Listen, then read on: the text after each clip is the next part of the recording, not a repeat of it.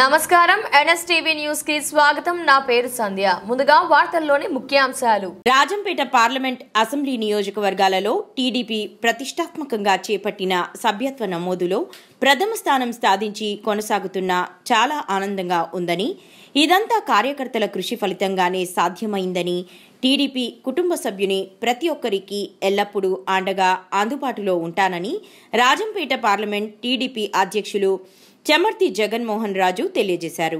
శుక్రవారం parliament camp కార్యాలయం ఆవరణలో ఘనంగా వేడుకలు నిర్వహించారు. భారీగా హాజరైన నాయకులు, కార్యకర్తలు, అభిమానుల సమక్షంలో కేక్ కట్ చేసి సంబరాలు చేశారు.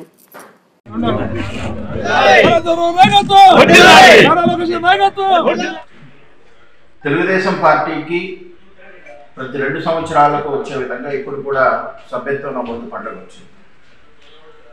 ఇందులో పార్టీ కార్యకర్తలందరూ కూడా, నాయకులు, పార్టీ స్ట్రక్చర్ అయితే ఉందో మండల, క్లస్టర్, యూనిట్, గ్రామ, బూత్ స్థాయి కార్యకర్తలందరూ కూడా బాగా శ్రమించి ఇవాళ లక్ష సభ్యత్వాలను పూర్తి చేయడం జరిగింది.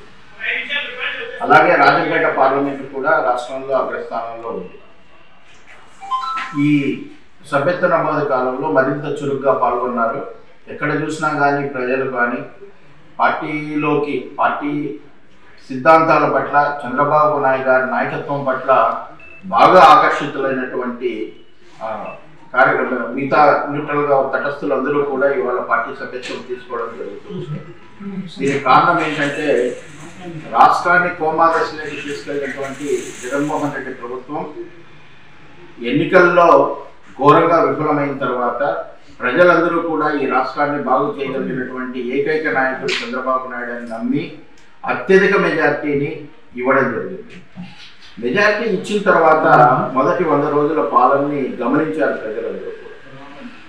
భారతదేశంలో ఏ నాయకుడికి సాధ్యం కానటువంటి విధంగా అభివృద్ధిని, సంక్షేమాన్ని రెండింటినీ కూడా 100 రోజుల్లోనే పరుగులు పెట్టి ఇవాళ ధైర్యంగా రాష్ట్ర ప్రజలందరూ ఊపిరి పీల్చుకునే విధంగా ఈ రాష్ట్రాన్ని అభివృద్ధి చెందుతుంది, నా బిడ్డల భవిష్యత్తు బాగా సేఫ్గా ఉంది, చంద్రబాబు గారి నాయకత్వం బాగా పనిచేస్తూ ఉంది అన్నటువంటి నమ్మకం ప్రజల్లో కలిగింది. దీనికి కారణం ఏంటంటే, ఎలక్షన్లకు ముందు ఇచ్చినటువంటి సంక్షేమ పథకాలు దాదాపు 50% పైగా అమలులోకి తీసుకురావడం జరిగింది. కేవలం 150 రోజుల లోపలే.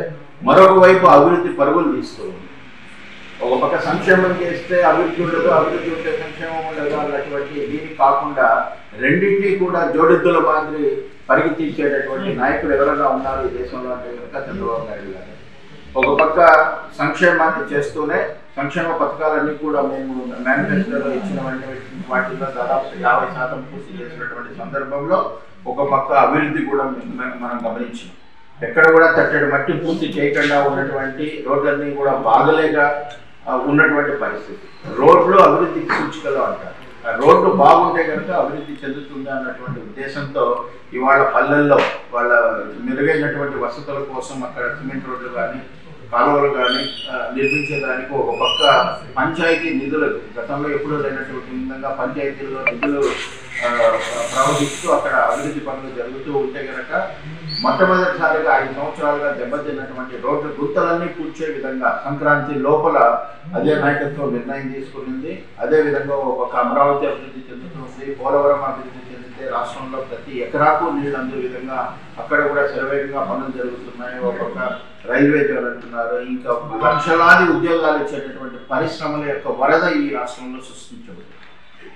ఈ విధంగా పరిపాలన చూసిన తర్వాత రాష్ట్ర ప్రజలందరూ, ముఖ్యంగా తటస్థులందరూ కూడా ఇంకా మేము తెలుగుదేశం పార్టీ సభ్యులమైతే కనుక మాకు మరింత గౌరవం ఉంటుందన్నటువంటి ఉద్దేశంతో తెలుగుదేశం పార్టీని సభ్యత్వాన్ని ఎక్కువగా తీసుకోవడం జరుగుతూ ఉంది.